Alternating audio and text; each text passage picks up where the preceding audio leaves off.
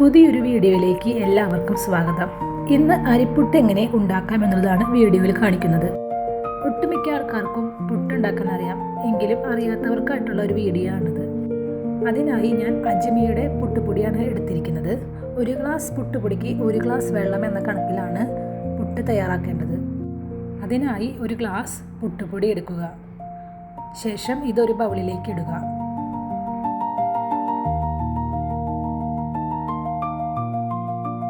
ശേഷം അതിലേക്ക് ആവശ്യത്തിന് ഉപ്പ് ചേർത്ത് ഇളക്കുക. പുട്ടുപൊടി എടുക്കാൻ എടുത്ത അതേ ഗ്ലാസ്സിൽ തന്നെ 1 ഗ്ലാസ് വെള്ളം എടുക്കുക.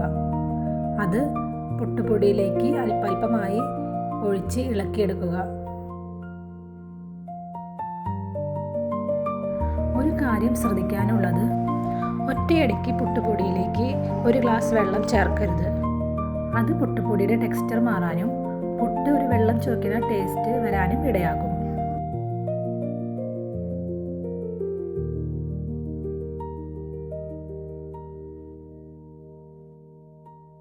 ഒരു ഗ്ലാസ് വെള്ളം അല്പമായി ഇളക്കി യോജിപ്പിച്ചെടുത്തതിന് ശേഷം അത് പൊത്തി ഒരു മൂടിക കൊണ്ട് അടച്ചു വയ്ക്കുക. ഇത് ഒരു അരമണിക്കൂർ നേരമെങ്കിലും മാറ്റി വയ്ക്കുക. പുട്ടുപൊടി നല്ലതുപോലെ സോഫ്റ്റ് ആവുന്നതിന് വേണ്ടിയാണ് ഇങ്ങനെ ചെയ്യുന്നത്. അരമണിക്കൂറിന് ശേഷം നമുക്ക് ഇത് നല്ലതുപോലെ മിക്സ് ചെയ്തെടുക്കാം. ശേഷം പുട്ട് വേവിക്കാനുള്ള പാത്രത്തിലേക്ക് ആവശ്യത്തിന് വെള്ളം ചേർത്ത് ചൂടാക്കാം. വെള്ളം തിളയ്ക്കുന്ന സമയം കൊണ്ട് നമുക്ക് പുട്ടുംകുറ്റിയിലേക്ക് പുട്ടുപൊടിയും തേങ്ങ ചിരകിയതും നിറയ്ക്കാം. അതിനായി പുട്ടുംകുറ്റിയിലേക്ക് ആദ്യം പുട്ടിൻ്റെ ചില്ലിടാൻ മറക്കരുത്. ചില്ലിട്ടതിന് ശേഷം നമുക്കിതിലേക്ക് ആവശ്യത്തിന് തേങ്ങ നിറയ്ക്കാം. തേങ്ങ നമ്മുടെ ഇഷ്ടത്തിന് ചേർക്കാം. അതിനുശേഷം പുട്ടുപൊടി നിറയ്ക്കാം.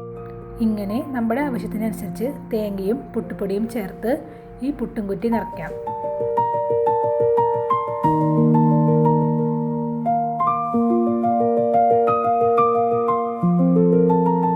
വെള്ളം തിളയ്ക്കുമ്പോൾ നമുക്ക് ആ പുട്ടുംകുറ്റി അതിലേക്ക് വെക്കാം. അങ്ങനെ പുട്ട് വേവിച്ചെടുക്കാം.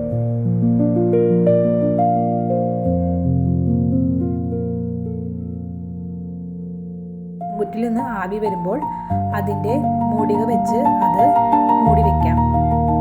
10 തൊട്ട് 15 മിനിറ്റ് വരെ നമുക്കിത് വേവിച്ചെടുക്കാം. അതിനുശേഷം നമുക്ക് ഒരു കോല് ഉപയോഗിച്ച് പുട്ടുംകുറ്റിയിൽ നിന്ന് പുട്ട് ഒരു പാത്രത്തിലേക്ക് വേർതിരിച്ചെടുക്കാം. ഇതിന് പഴവും കടലക്കറിയും വളരെ രുചികരമായിരിക്കും. എല്ലാവരും ഇതുപോലെ പുട്ടൊന്ന് തയ്യാറാക്കി നോക്കി അഭിപ്രായം അറിയിക്കുക. വീഡിയോ ഇഷ്ടമായാൽ